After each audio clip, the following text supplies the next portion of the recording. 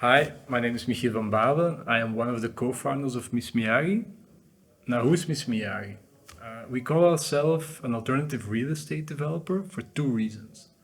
First one, we do this as a service provider. This means that we don't develop real estate for our own account, but we help other people and organizations to develop their real estate.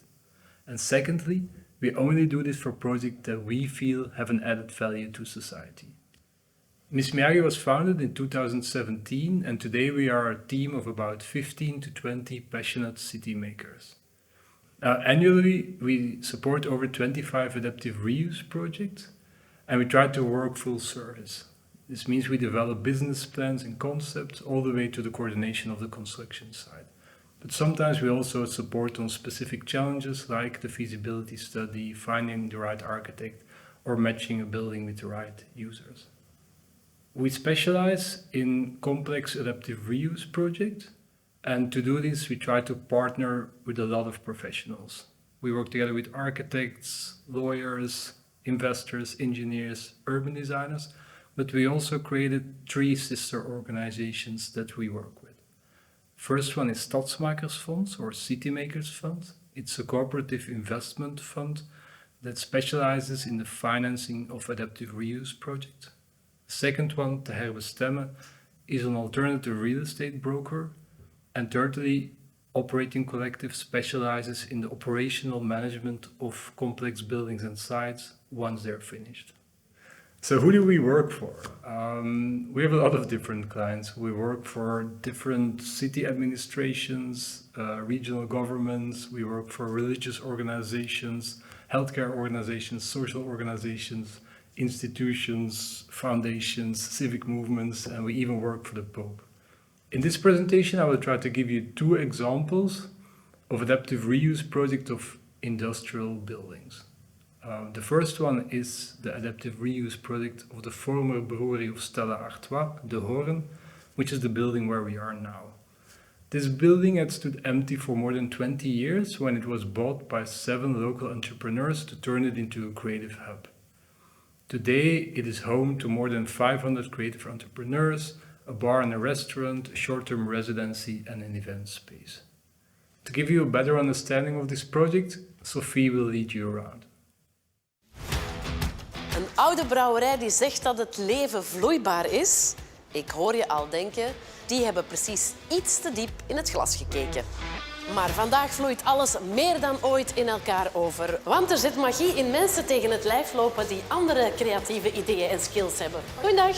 Het nieuwe leven hier in De Hoorn is er eentje zonder grenzen of hokjes. In de oude Stella-brouwerij De Hoorn kan je proeven van dit nieuwe leven. Waar het sociale, werk en vrije tijd naadloos in elkaar overlopen. Geen betere plek om een vers getapte Stella te drinken dan waar de eerste gebrouwen werd. Het hart van het sociale leven hier in De Hoorn is het resto. Hier fladder je binnen voor een snelle hap of je zet je neer voor een uitgebreid diner.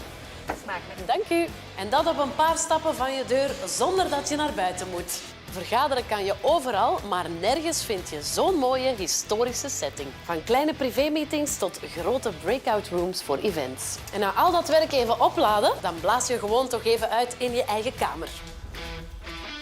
Want je kan ook echt wonen in De Hoorn. De Hoorn heeft 7 top-notch kamers in een co-housing space, klaar om te huren van 1 week tot 6 maanden.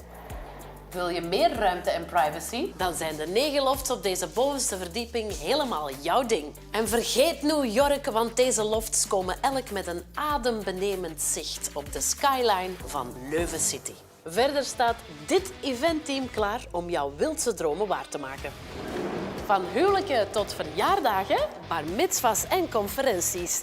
Deze ruimtes hebben ieder hun eigen karakter, waardoor alles kan aangepast worden aan jou. Onze creative community staat open voor iedereen. Vrienden, collega's, Tinder-dates. No judgment. Zo, genoeg gebabbeld. Klaar om kennis te maken met de Hoorn-familie?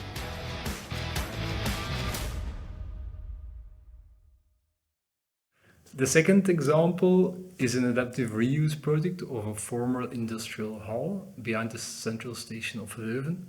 It is a former industrial area that the city of Leuven tried to change into a vibrant neighborhood, and a common challenge, which you can see on the slide, is that it's very easy to develop residential projects, but then these industrial heritage buildings, they stay behind. And the city of Leuven tried to find a partner for public-private partnership for a definitive development, but they didn't find them. So as Ms. Miyagi, we challenged the city and explained them that maybe it was better to do a temporary adaptive reuse project. And we even told them that if we would get this building for free for 5 years, we could do a fully financially self-sufficient adaptive reuse project. Now the city believed us, lucky for us, and nowadays, 5 years later, Hal 5 is one of the hotspots in town and it outperformed all of its societal and financial ambitions so far. A while ago, the Flemish region came to visit us to make a case movie of this exemplary project.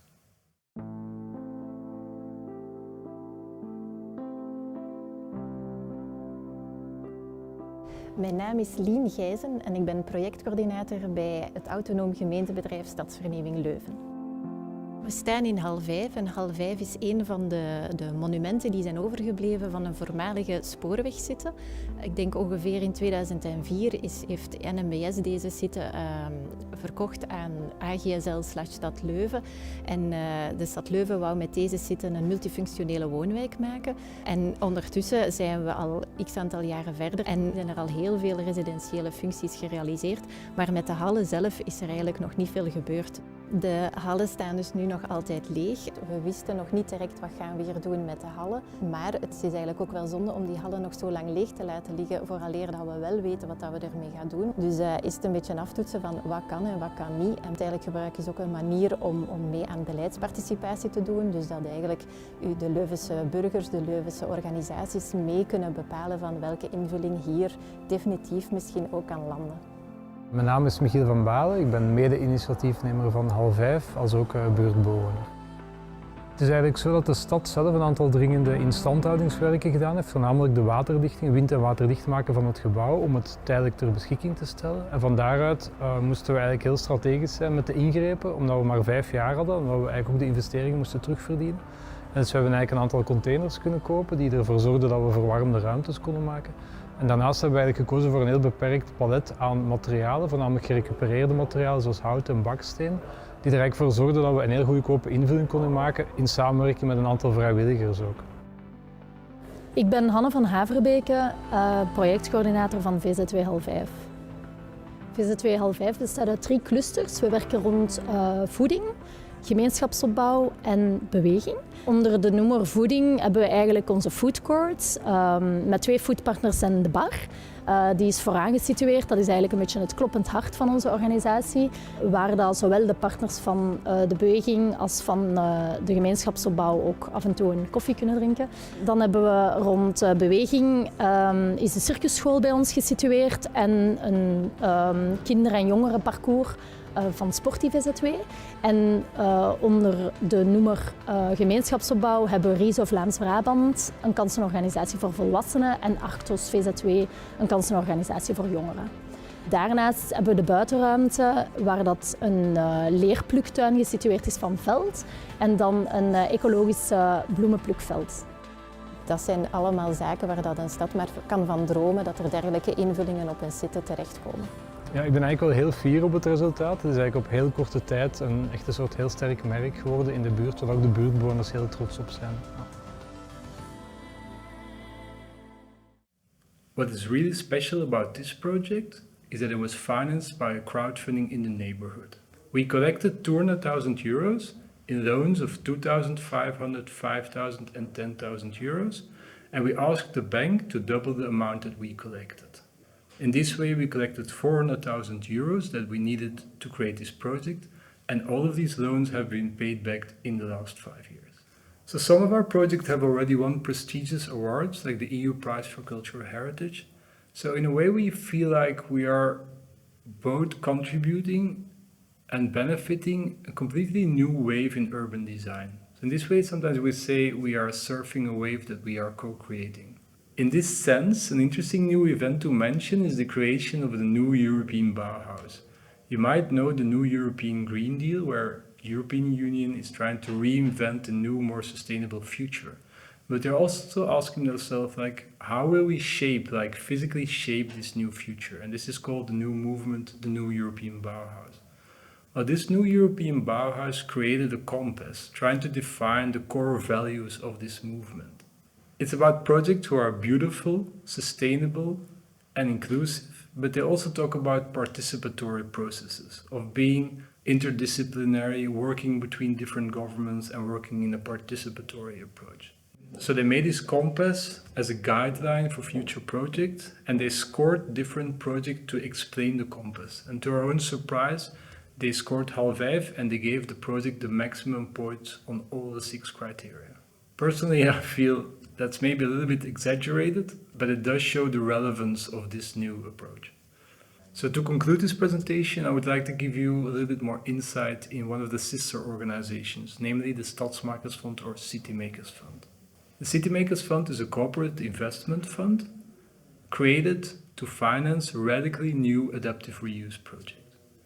And what is interesting about this fund is that it doesn't aim for profit maximization, but its aim is to create valuable places, and by doing so it's trying to create a plural added value, a financial added value, a societal added value, and a personal added value for those people who invest in the fund. And by doing so, it radically shifts the paradigm between real estate and money. Money becomes a means to create real estate and not the other way around. So how does it work? So far, we collected more than 2.5 million euros with over 100 investors. They invested between 5,000 and 250,000 euros in shares, and doing so, they become shareholder of the City Makers Fund. In its way, the City Makers Fund invests the money in different projects. Every project is structured in a separate juridical entity, and every project can attract different project partners. So the first project in Antwerp, together with a local primary school and a mental health care organization, we bought a former brewery to turn it into a mixed-use venue with offices for mental health care and cultural organization, a local bar, and workshop spaces for craftsmen. Secondly, in a public-private partnership with the city of Mechelen, we are creating an office and workshop hub for entrepreneurs in the circular economy. In Leuven, in partnership with 4 healthcare organizations, we are trying to create a caring neighborhood, where we realize between 15 and 20 adapted typologies for people with different healthcare needs. But we are also trying to create an exchange between professional care from the project to the neighborhood and non-professional care from the neighborhood to the residents of the project. And finally, in the south of Belgium, we are transforming an iconic industrial heritage building into an entrance gate for a new national park. We are providing places to sleep, a place for a restaurant, and potentially an artist residency. So this was my presentation. I hope it was clear and inspiring to you, and I hope to maybe see you one day in real life.